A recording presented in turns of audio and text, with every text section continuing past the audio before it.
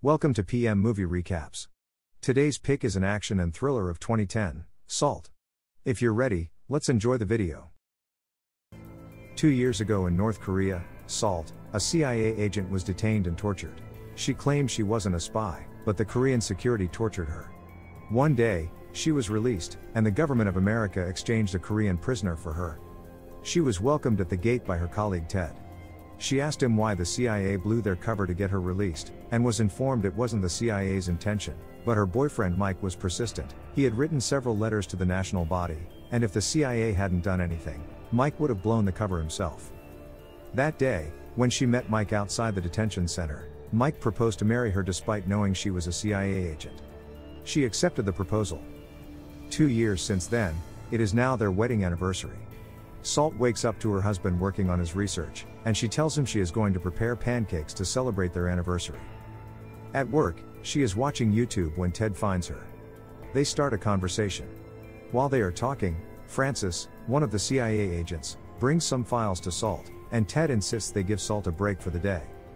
When the office work finishes, she is about to leave the office with Ted, when a Russian defector Orlov walks into their office, insisting to talk with Salt. Ted and Salt sacrifice their time and go back. When they are about to enter the investigation room, a CIA counterintelligence agent, Peabody, joins them to watch the interrogation.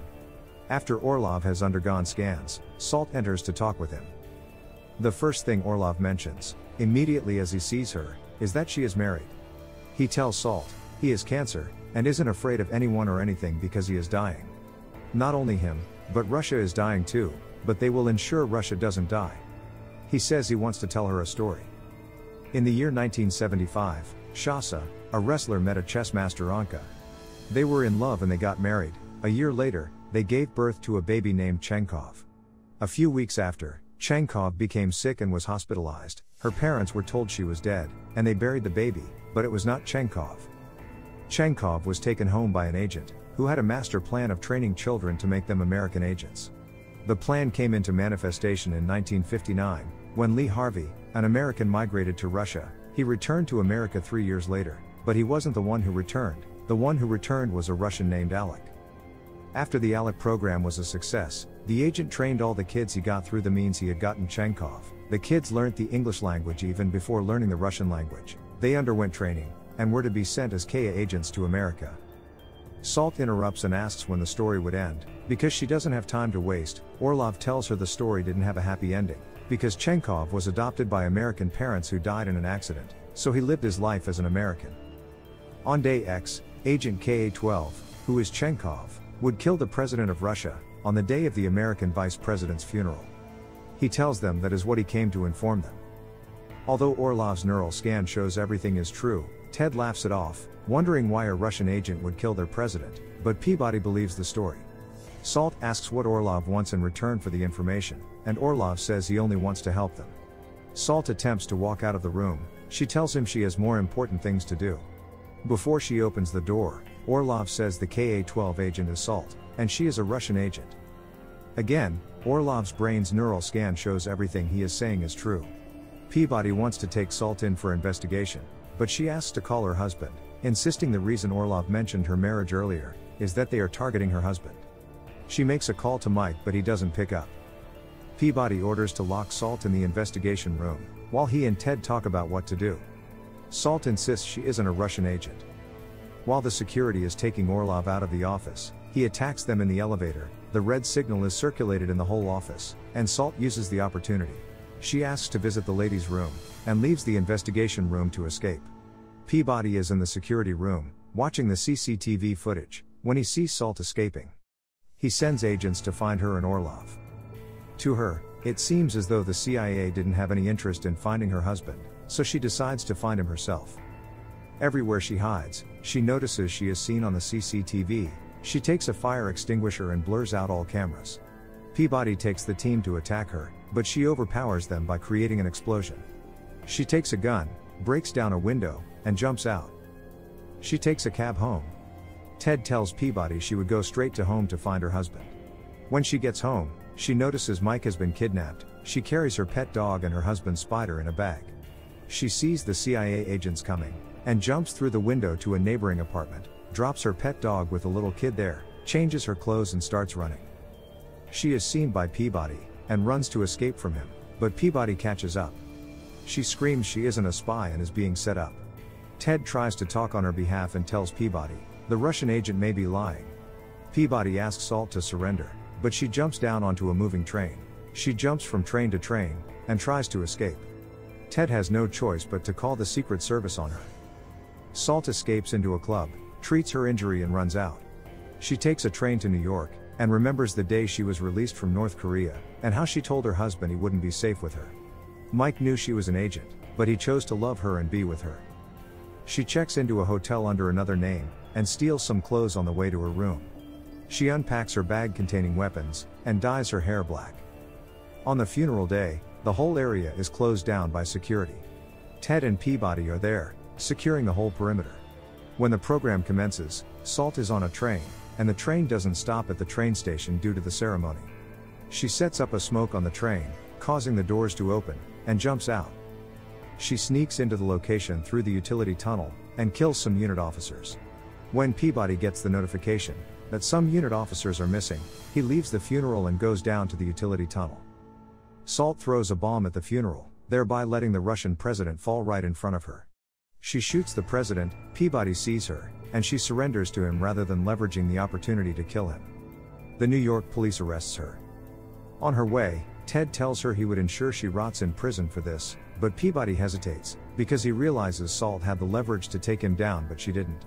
While she is driven away in the police van, she recalls her childhood in Russia, and remembers the day they changed her face. She attacks the police, causing an accident and escapes. She steals a hat and takes a boat.